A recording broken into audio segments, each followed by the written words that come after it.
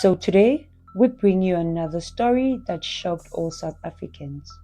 It is called the Gauteng Serial Killer, Shadows of Fear. A silent terror walked the dimly lit alleyways of Gauteng. The media labeled him the Gauteng Serial Killer, an elusive spectre that prowled the streets of South Africa during 2010s, leaving terror in his brutal path. He still eluded them, the ghost that could not be apprehended by law enforcement officers no matter how hard they tried. It was a question that would still plague all: who and why him killing?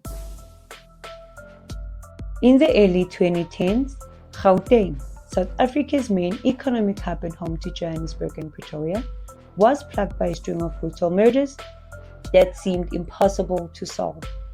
The victims were all women discovered in remote locations, fields, burns, and wounded areas, and each of them had been involved in a violent struggle.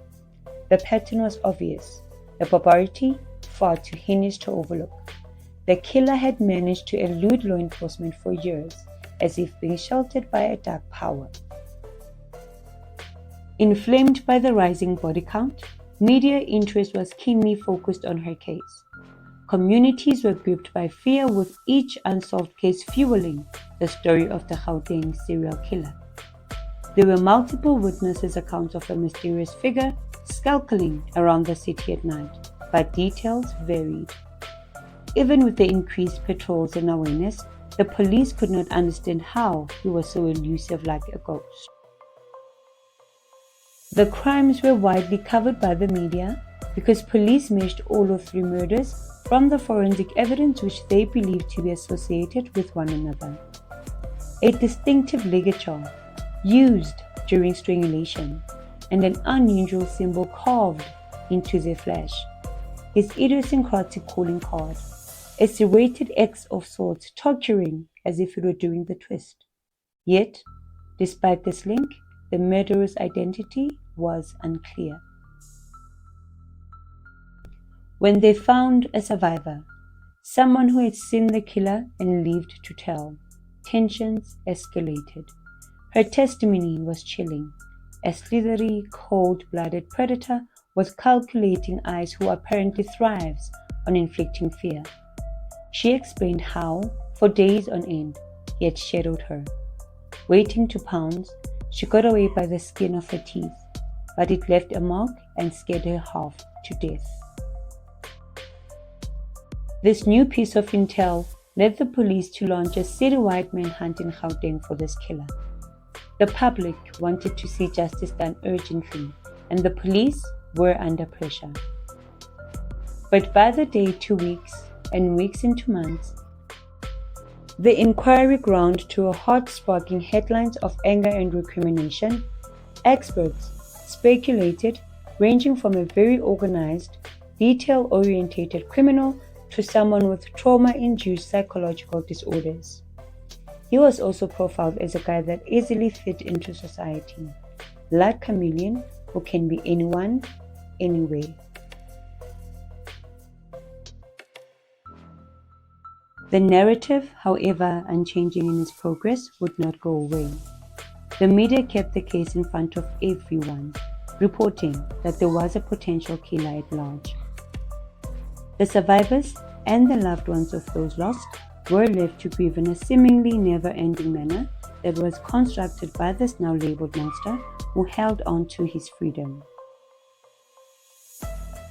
The Gauteng serial killer began his reign of terror around 2012, preying on vulnerable women to the margins of society. She was his first confirmed victim, a young woman in her early 20s who had been strangled and mutilated alongside railroad tracks on the industrial south side of town. In the subsequent years, victims began to follow, and each killing became increasingly gruesome.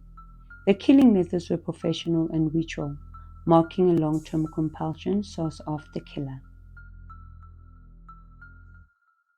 The suspect was difficult to locate and presented many challenges for law enforcement.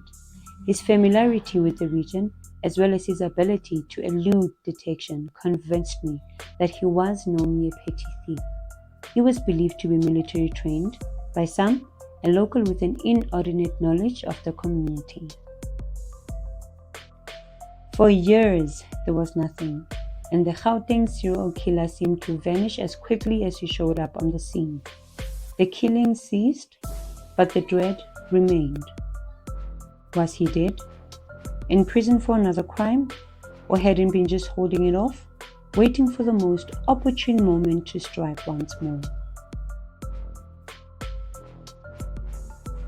Ghastly, violent scenes of crime.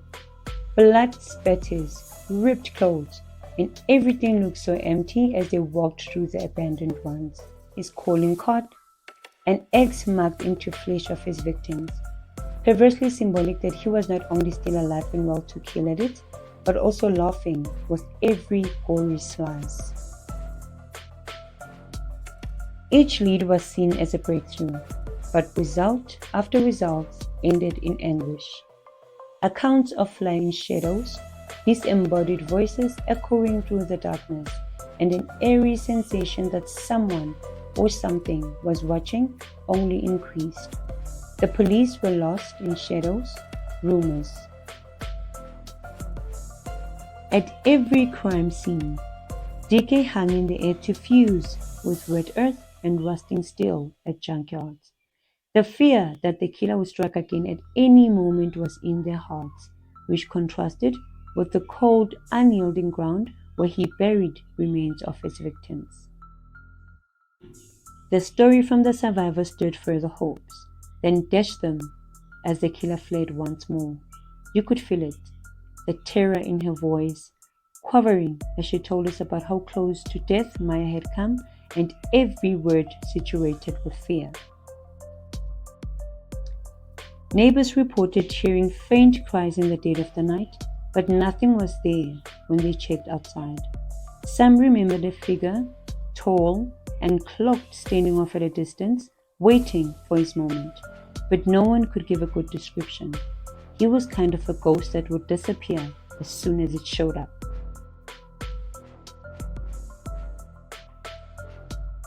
As criminal profilers looked into the mind of the murderer, they depicted a very sick man, motivated by only control and power.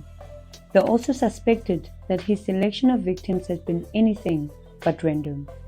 He had chosen people who would not be missed, those outcasts from society. The case was investigated and then went cold. Small tips kept trickling in, but none of them producing real results.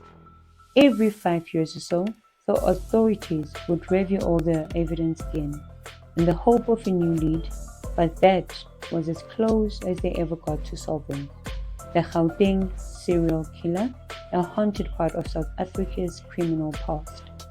Of the Gauteng Serial Killer lives on, a chilling reminder to us all occasionally, the blackness we dread one of our own making.